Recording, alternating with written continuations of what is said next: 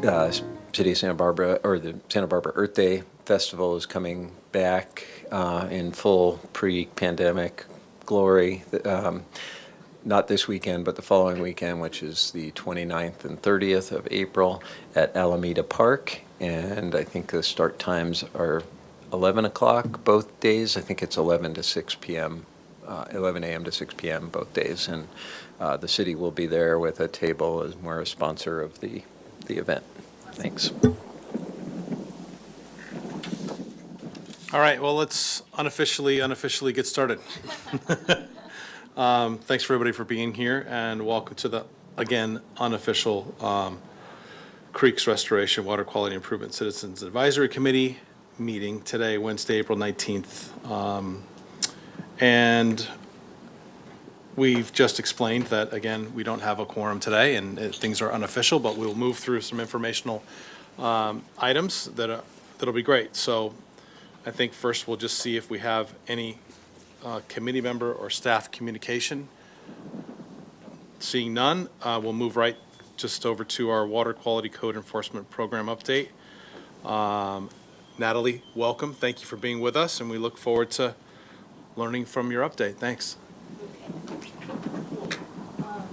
I guess I will just sit over here. Do I need to speak? Press this? Okay. Am I able to just push it and it stays on? Yeah, that one is closer. Okay. There you go. Okay.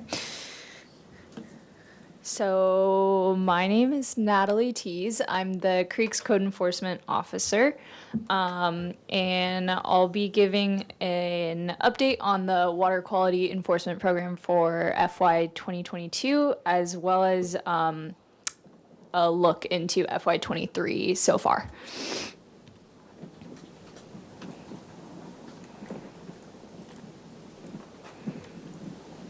Okay. So my role as a code enforcement officer in the Creeks Division is to enforce the two sections of the municipal code that pertain to water quality. The first prohibits contaminants directly into water courses, and the second prohibits contaminants into the storm drain system as a whole, which allows me to enforce in the city streets, gutters, storm drains, things like that. Examples of pollutants are commonly wash water, soaps, detergents, people washing down vehicles, things like that. Trash, litter, discharge from any kind of automotive fluid, and then human animal waste are some common examples. How reporting works is that we have a water pollution hotline. This phone number has recently changed, so take note of this. Yeah, this new phone number. If you call the old phone number, it will tell you that it's changed. Okay. However, this is now the phone number we're using. And this is monitored by myself or another staff if I'm out of the office during regular business hours. And our goal is to investigate all reports as soon as they come in, but at least a 24-hour response rate. And for the last 2 fiscal years, we've had 100% same-day response. Yes, Can I ask a question since we're being informal today? sure. Do you, if it's a non-business hour? Who do we call? Oh, this is more for the public, because if it's a non-business hour and there's a potential illicit discharge, what's the phone number that folks should call? It depends on, yes. So if it's something hazardous, they should call. They should just call 911, and that can get routed to fire or the appropriate organization to clean that up.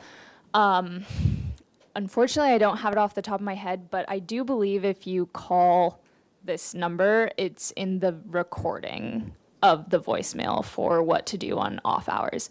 And if it's not, I will put that on my priority list to make sure that it is.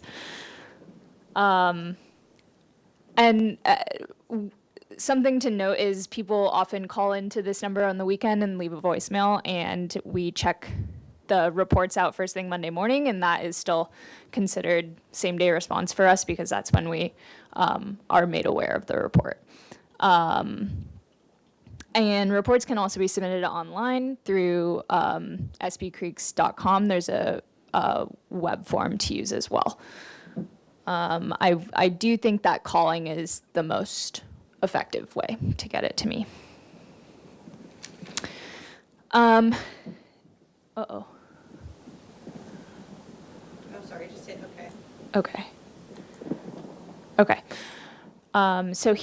This is representing illicit discharge reporting sources. We categorize our reports into 4 groups: Creeks Division staff, other city staff, residents, and outside agency staff. And so you can see a breakdown of this year so far, FY22, and then historical data all the way back to '08, which is when we began recording this data, I believe. It doesn't encompass the program entirely, but. So you can take a moment to look at that and see kind of how it's fluctuated over time. I think we like to see an uptick in city staff. That tells us we're doing a good job training our city staff, things like that. And that's kind of one trend I look at over the years. But okay. And same here, this looks back at the last 5-6 years of data. You can see the number of violations, how many of those violations turn to notice of violations. So not every report we receive ends up being a violation. Exemptions include potable water sources or unpolluted discharges from things like a basement sump, unpolluted water main, things like that. So not everything we receive turns into a notice of violation, but you can see kind of how many of those do.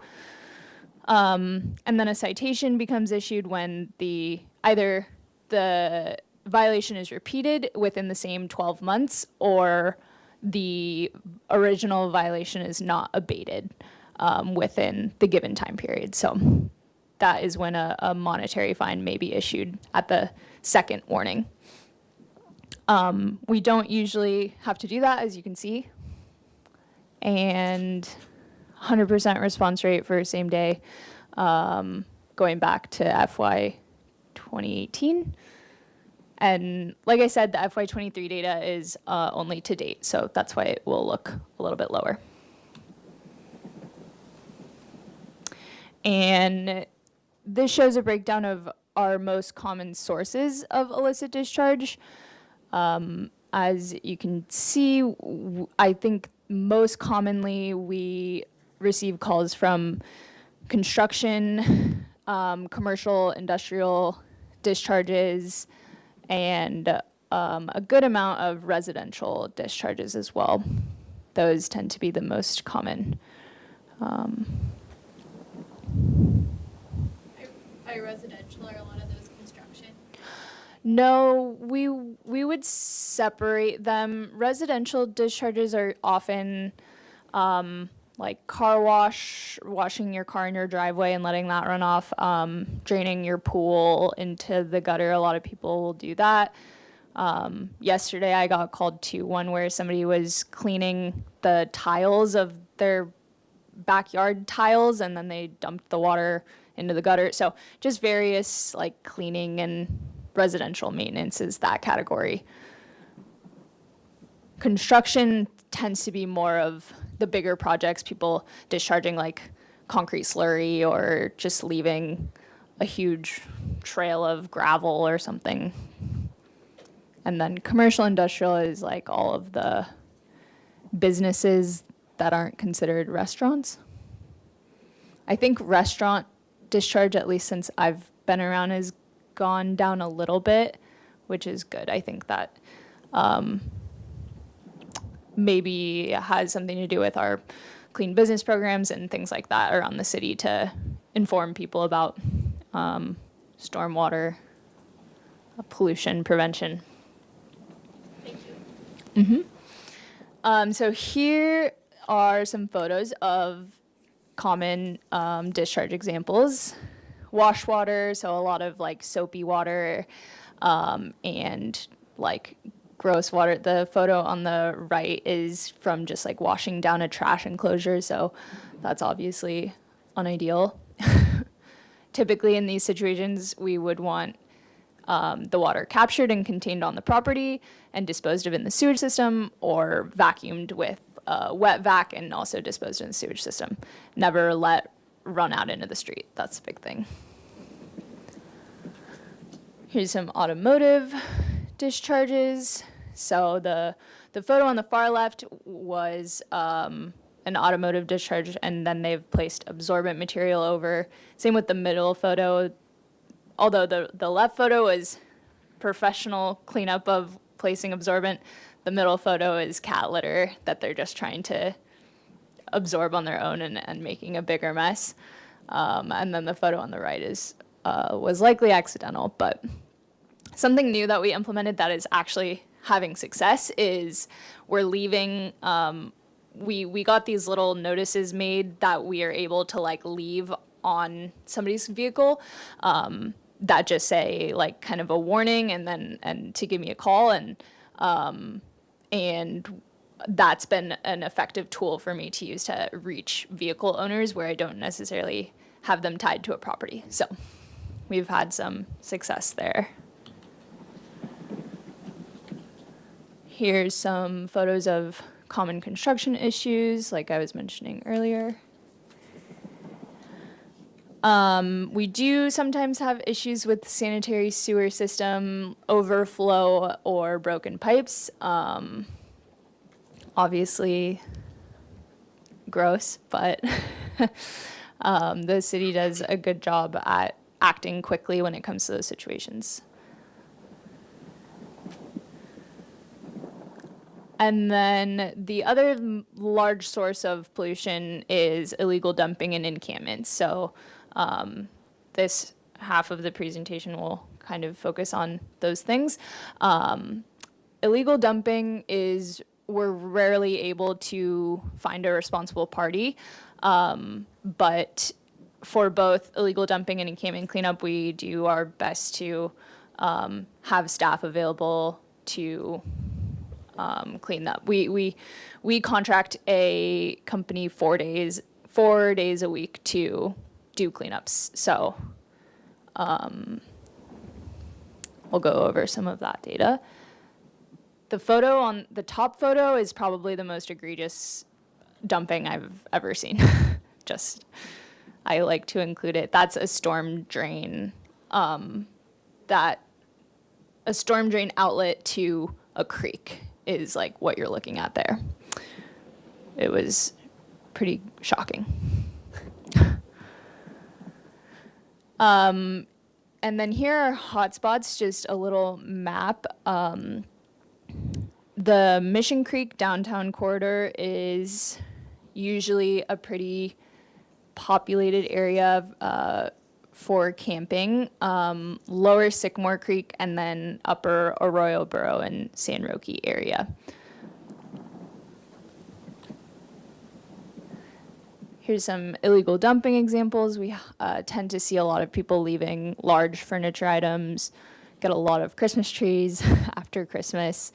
And then the photo on the right was just waste dumped in a storm drain or a drainage channel there. So get a lot of pretty egregious and obvious cases. Here's some encampment photos around the Arroyo Burrow area. Mission Creek downtown corridor. There's some more. So you can start to get an idea of exactly how much volume is coming out of the creeks on these encampments. So our program is pretty effective, and without the time spent, all of this would be ending up downstream or in the ocean. Some hazards we come across on the left is like an old-fashioned animal trap. On the right, we see a lot of needles and things like that. So our staff are trained in how to deal with things like that when they come up. And this is an example of our current posting. How encampment cleanups work is that they are posted and given 72-hour notice at least. It usually ends up being closer to 5 to 7 days, just given the schedule of both our contractors, myself, and our outreach teams. So we work with CityNet, and we want to make sure that we're giving people experiencing homelessness opportunities for shelter and other options before moving them.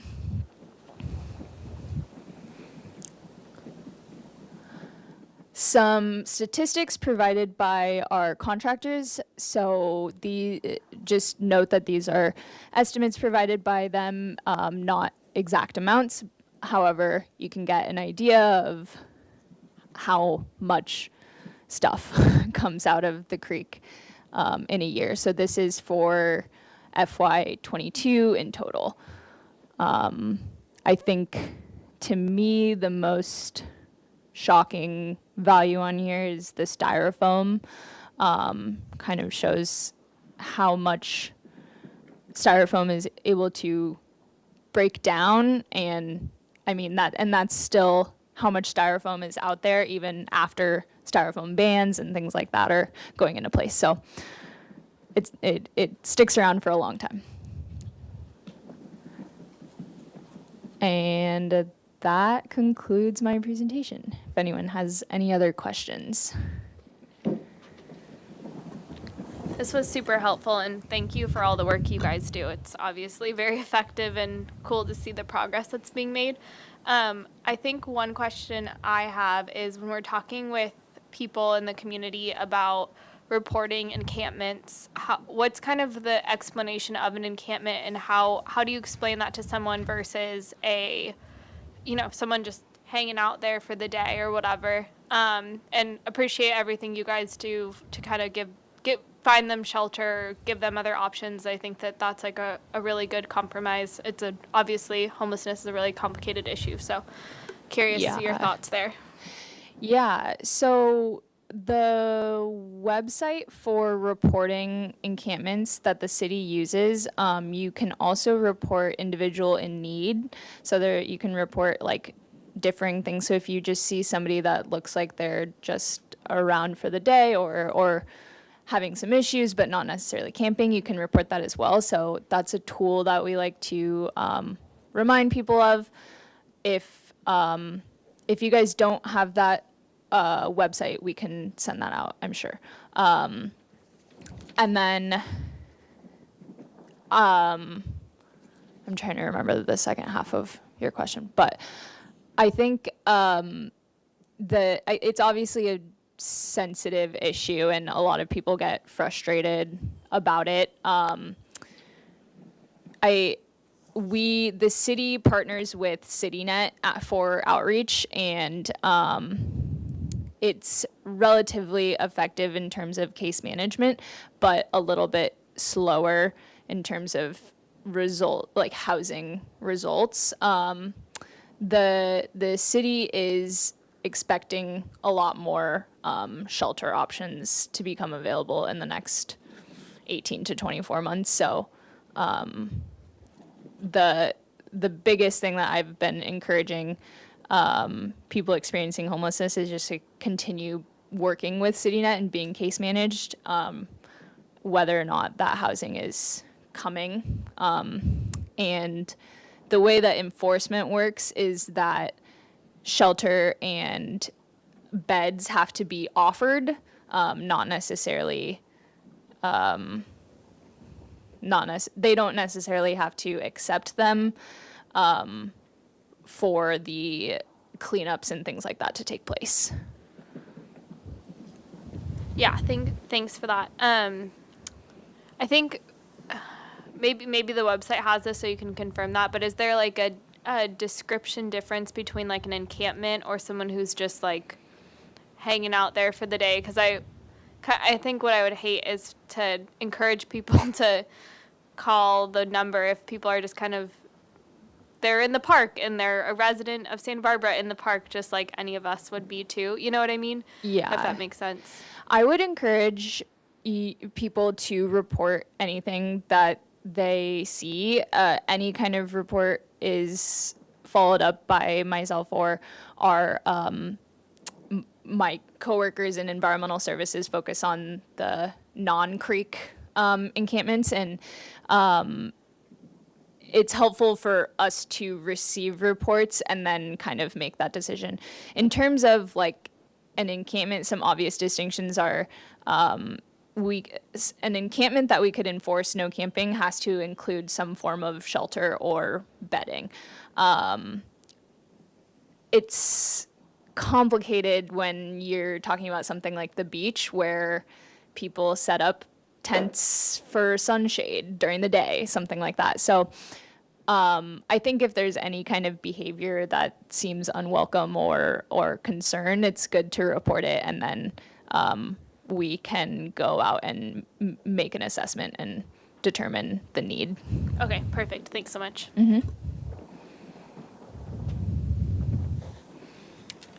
Any other questions?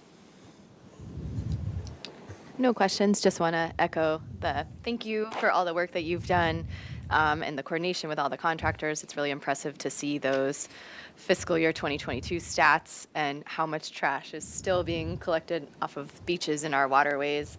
I'm disappointed to see styrofoam persisting, but that's part of the problem with products made of that material is they do, and then they're so friable, they break into smaller pieces. But hopefully over the next 5 years, maybe we'll start to see that go down. Our experience is we're still finding the little tiny pieces all over the beaches also, particularly after storm events. But we did see a drop in like plastic bags, and I think your Creeks data, cleanup data reported that too, following the bag ban. So those policies are working, and it's great to see just how much, I was blown away by the, 496 appliances?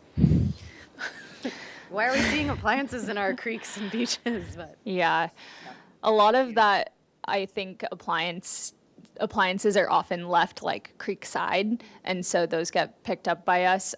Anything left on a bank, people tend to just abandon, which is frustrating because for you guys, if you don't know, spread the word, but Marburg does, I believe, 2 free pickups in a calendar year. So a lot of people don't know that, and then they just abandon their stuff, and more people need to know that. So, and I think it's not even just one item pickup, right? It's like They'll one do- oversized pickup per residential. It does change for business customers, yeah, but for residential, yeah. So we don't have to just let it free on a creek bank. right. Natalie, could you go back just to that last slide?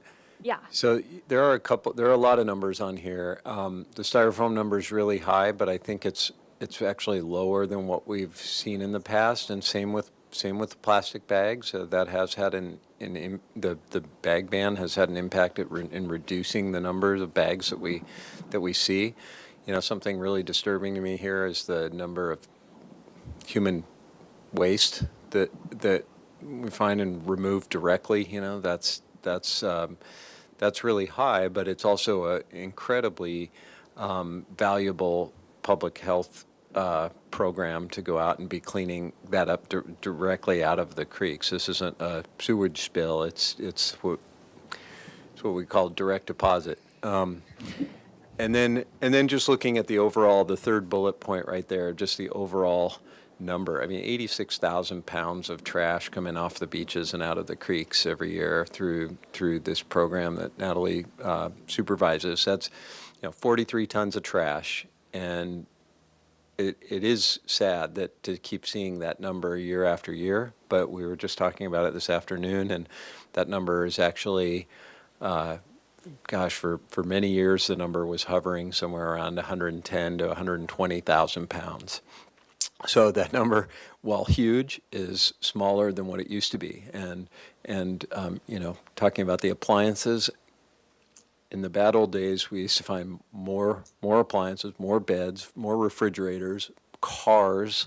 I mean, people would put everything down in the creek because that was a place you could just hide it and get rid of it. And so, believe it or not, I guess what I'm saying is this is progress. And regardless, when you have an urban area, you've got a lot of these persistent trash problems, and so it's just and there's no other way. We do a lot of outreach and education trying to prevent trash, but also having this kind of having this work going out and just directly removing it just takes a lot out of the waterways and the beaches. So it's good.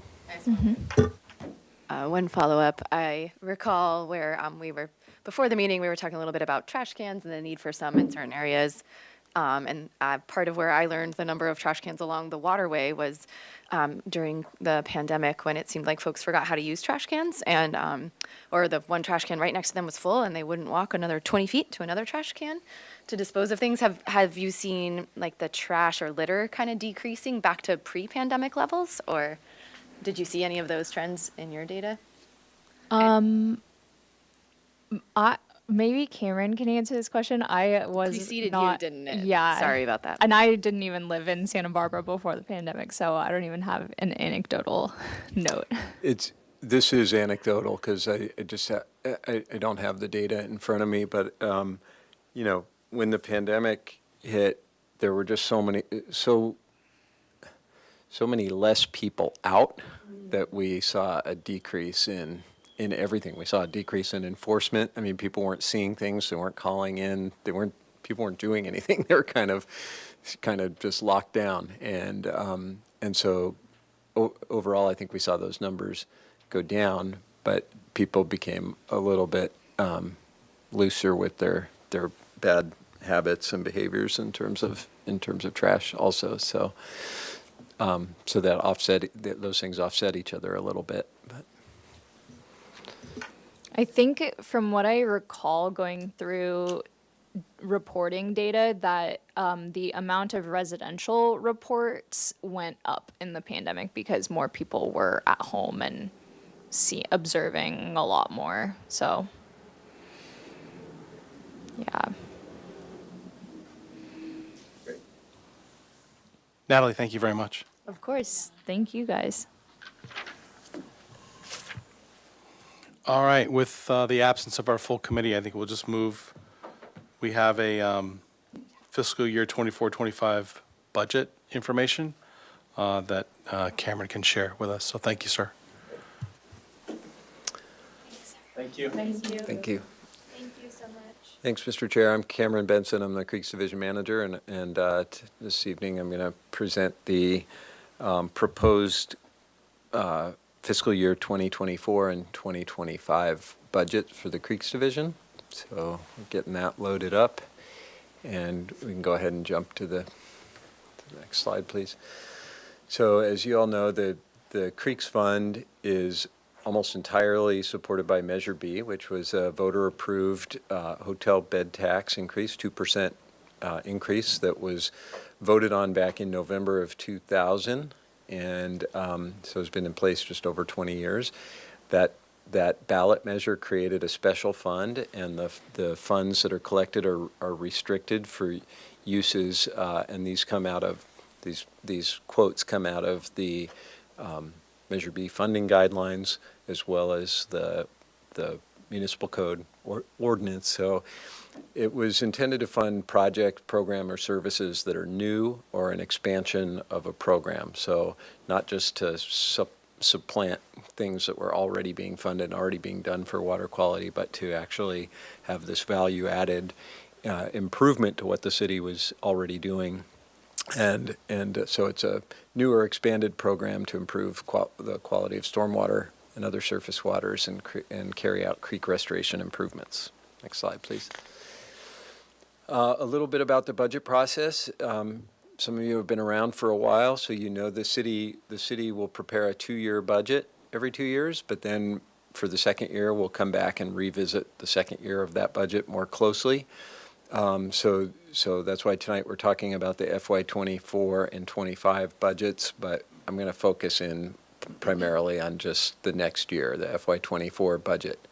And our process is, I develop the budget with input throughout the year from the committee, and looking at and working with the city's finance department and their forecasts for Measure B revenues, and look at what we're going to be able to do in a given year. I bring that to the Creeks Advisory Committee Budget Subcommittee first, and we had that meeting on March 15th. That's a public meeting, and it's noticed, and the subcommittee made a recommendation on the proposed budget. We'll talk about that in a bit. Then it comes to the full Creeks Advisory Committee tonight, and ultimately we'll go to the City Council. Yesterday, the City Council was presented with the overall city budget, which we're a small part of. On May 5th, the Sustainability and Resilience Department will go to the City Council and present the departmental budget to the City Council, and I will be there to present the Creeks Division proposed budget as part of that. And then ultimately, the City Council will decide the entire city budget at some point in one of their meetings in June. Starting off with the numbers, our revenue, we have some interesting developments here to look at. So if you look down the first column is our current fiscal year. That's our adopted budget. So these are generally revenue forecasts that are coming from our finance department.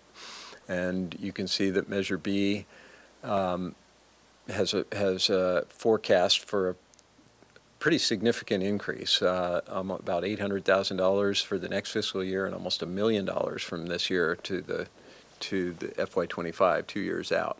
They have readjusted the FY23 number. It's actually coming in much higher than that. So the FY24 number is actually pretty similar to what we're on track for 23. So, but you can just see this big jump from the beginning of the current year to what they're forecasting for next year, and we've just seen a big increase in TOT revenues in the last year. Interest income's going up significantly. I mean, almost doubling from last year. And then you see that big jump in other revenue. We're going to talk about that a little more, but a $300,000 jump, that's all due to a transfer into the Creeks Division for street sweeping instead of us transferring money out. And I'll talk about that some more a little bit later, because that's a new thing for us and in this budget going forward. So our total revenue forecast for the next fiscal year is just over $6 million. Next slide, please. On the expenditure side, you can see these are the major subtotals of out of the Creeks Division budget and even the city budget. So we have some some fairly significant salary and benefits increases coming in 2024. They're not going to increase that much in 2025.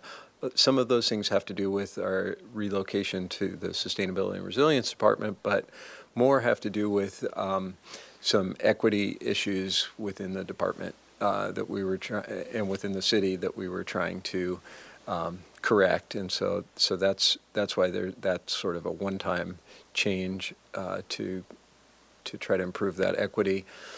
On the supplies and services, the big jump you see there from 171 to 1,171,000 to 1.7 million. That change is largely street sweeping. So we'll be taking over the residential street sweeping program, and the Streets Division will continue to administer the commercial street sweeping program. So we have some revenue coming in to help cover the costs of that program to the tune of what we saw in the last slide, $300,000. And we have some costs associated with that program, and those include the street sweeping contractor, fuel for the sweeping vehicles, and some enforcement sign maintenance and repair.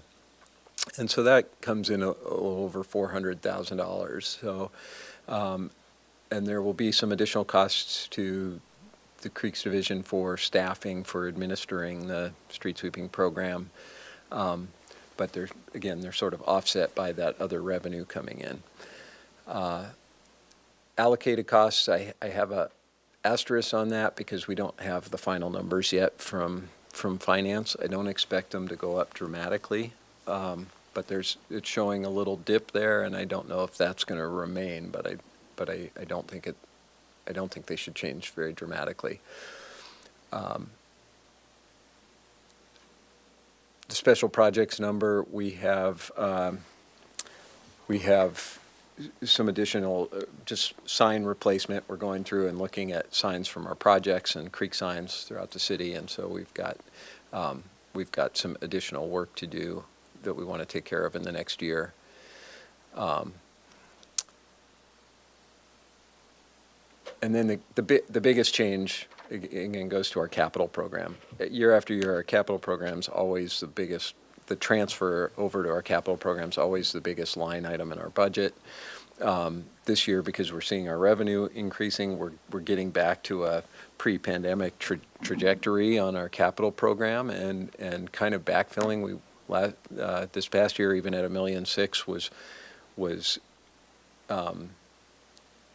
was lower than what we had in previous years, but we dipped down really low in 20 and 21 as a result of our revenue forecast being so low. So one thing I'll point out here is, if you recall in the last slide, our revenue for FY24 was just over $6 million, and our proposed expenditures are 6.6. So we're looking at utilizing about $550,000 from the reserve to balance the budget, and really, I look at that as allowing us to move, to enhance our capital fund, and our reserve is extremely healthy right now.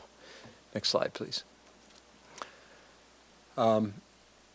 This slide's a little bit of a throwback to the early days of this committee, where the people were really interested. How are you breaking out the money? How are you spending it? And the recommendation from the committee then and has remained, we want a major focus on water quality. So the recommendation from the committee is we want about 50% of the money going into water quality improvement, 25% to creek restoration, 25% to community outreach.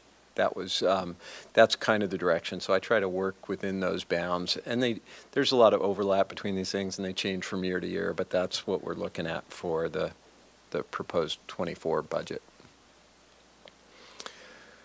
Some key issues, and I've touched on some of these, but just want to call them out. We've got a really significant revenue increase forecast. Most of that is TOT. Some of it is in that transfer in to help offset the street sweeping program costs. Significant increase in our capital improvement program transfer. And again, just a reminder, the committee reviewed the capital program and the proposed spending for that program back at our October meeting. And so we went through that in pretty great detail. So I haven't changed anything on that since the committee endorsed that proposal back in October. So, so we knew this was going to be a big increase in our budget, and there it is. Again, the street sweeping program's new for us. About $400,000 in just direct costs, plus staffing costs, and then the transfer from reserves that I mentioned. Next slide, please. This is just an example of some of the money that's going directly towards water quality stuff. So we have Natalie, who was just presenting, also does all of our water quality sampling work, and so we do have outside labs that do some of the analysis of the samples, and so we have several different types from indicator bacteria, that would be in the top one, to DNA-based source tracking, to the macroinvertebrate. So in May, the committee will receive its annual report on that, and that gives us the health of the creeks from a biological perspective. And then we have expanded water quality monitoring and data analysis, and that's where when Jill Murray comes to you and is talking about our research and monitoring plan, and it changes from year to year, this is where we can build in that flexibility to cover some additional costs from that plan. The next 2 years, we're proposing $50,000. Right now, it's anticipated to be, just a 2-year cost, $50,000 each of the next 2 years. We're working on some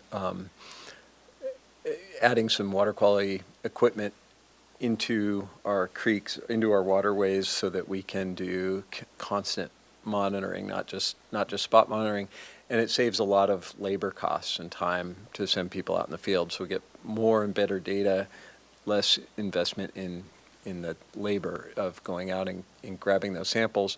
And we're also working with the Public Works Department, the County Flood Control District, and USGS, and trying to make sure that when we're investing in that equipment, we're not getting things that already exist. We're looking for data gaps and trying to work with them to create the best system we can with the most efficiency as possible.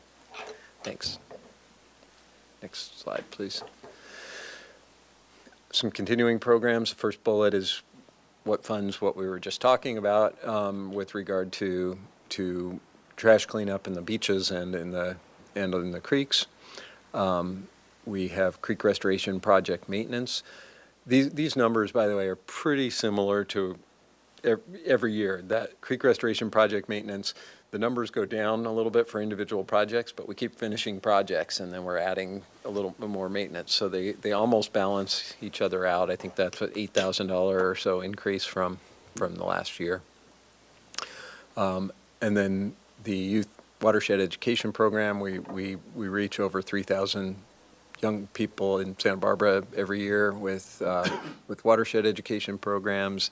And we do public service announcements with regard to water pollution prevention, online, television, radio, and print every year. And this year we will be updating our whole outreach campaign for that. This is the table with our capital projects, and this shows how much money we're proposing to allocate to each of the projects. We have 13 projects that are scheduled to receive funding over the next 2 years.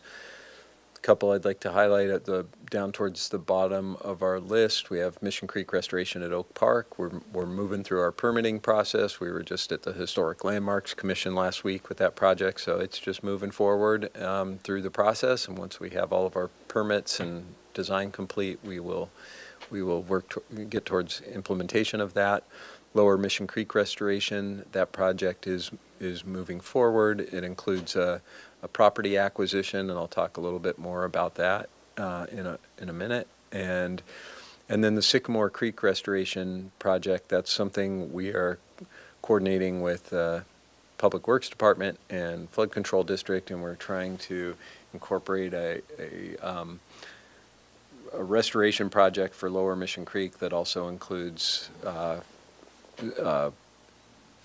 increased flood capacity, increased flow capacity down in Lower Sycamore Creek to where we have some neighborhoods that get flooded in a certain size storm. So we're all working together on that to try to make some progress there, and I expect to see that project advancing over the next year too. Next slide, please. This slide shows the mix of how we fund those capital projects. We're always looking for grants. Look at the pandemic years were just kind of brutal. Funding dried up. Funding was clawed back that was kind of set and budgeted for programs, but man, everything went to other stuff during that time, and it was really kind of a desert for funding water quality and creek restoration stuff. But we do try to leverage the Measure B funds as well as possible. As you can see at the bottom there, we've averaged over $1 million a year, basically since the program started. And there's an asterisk up there over FY24 because we don't usually project grant funding into our budget, and we're not doing so here. But we do expect that we're going to have a grant coming in 2024 to fund some of our research stuff, and so we think that's going to happen, or we're pretty confident that's going to happen. So looking forward to seeing those light blue bars getting bigger. And you can see we're back on a trajectory where we're investing in our capital program. That seems to be something popular with the committee, with the city council, and with the public. So next slide, please. So here's our unappropriated reserves. The Creeks Fund reserves are intended to be used for capital projects, for grant matches, and to get us through tough economic times. When we hit some tough economic times, we went into the reserves, and we ended up doing a lot. We canceled a capital project, and we took that money back. We really tightened our belt on certain things to just cut the spending, and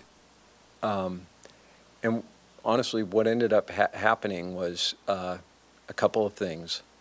The forecasts were much too conservative for what the revenues would be and what the impacts of the pandemic were going to be.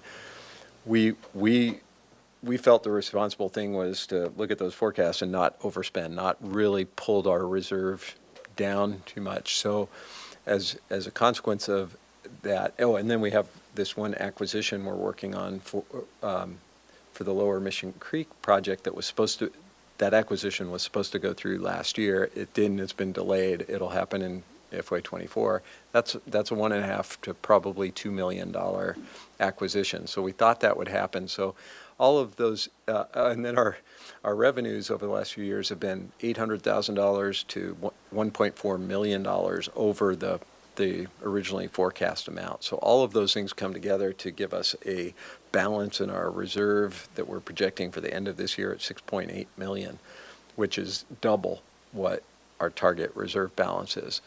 So having said that, over the next 2 years, we're looking at transferring some money to balance the budget.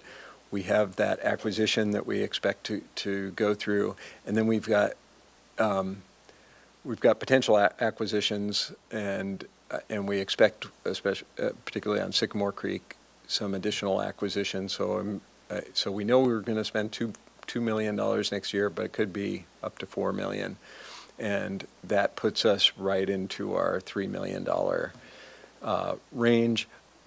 Before that money's spent, obviously we have to go through the process and go to City Council and have that money appropriated. So it's not just going to disappear, but the balance is a little bit. To look at that balance as just that money sitting out there we don't know what to do with, that would be a mistake. It's sort of spoken for or already identified where it's going. Next slide, please.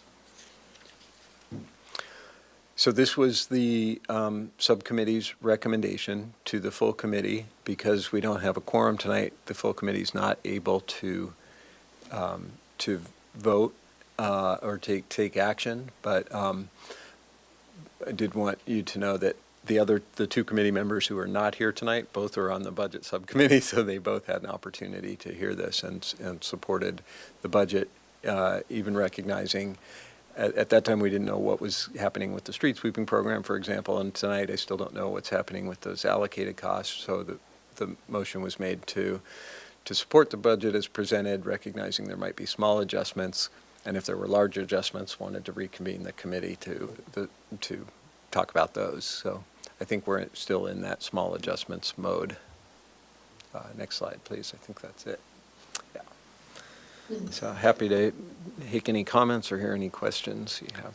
Super awesome presentation and really great to hear that the reserves are going back up. I think it's like great, and I'm excited to hear more about the acquisition when that happens. Just out of curiosity, with like the increase of VRBO and Airbnb, is that included in Schedule B as well, or is it just purely like hotels? Yes, yes. So Measure B applies to all the short-term rentals. So it's I think been challenging for the city to do enforcement, but the city does do enforcement in those kind of short-term rental, non-hotel in that market. But yes, those rental units are required to pay TOT. Thank you. Yeah. And just one thing about the acquisitions. The committee, I think, and I have always viewed the acquisitions as part of that. That's the cost of doing the restoration projects. We just couldn't. I mean, we can't necessarily do them on private property, so that kind of gets folded into that cost. Thank you very much, Cameron. Are there any other questions regarding that presentation? Very good. Thank you again. Appreciate it. Barring any other questions, I think it's time for us to say that our unofficial meeting is officially ended. So, thank you.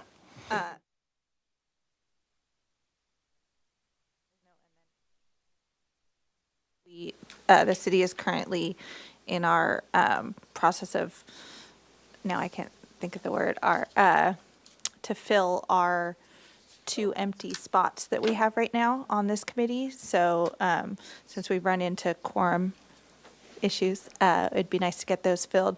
So if there's any of the members of the public that are watching that would be interested in joining the committee, you can go to the city's website and get information for that. And then if you guys know of anyone that's kind of in the industry or connected to what we do or have an interest in that, we would love recommendations for that. Thanks, Jen. Great.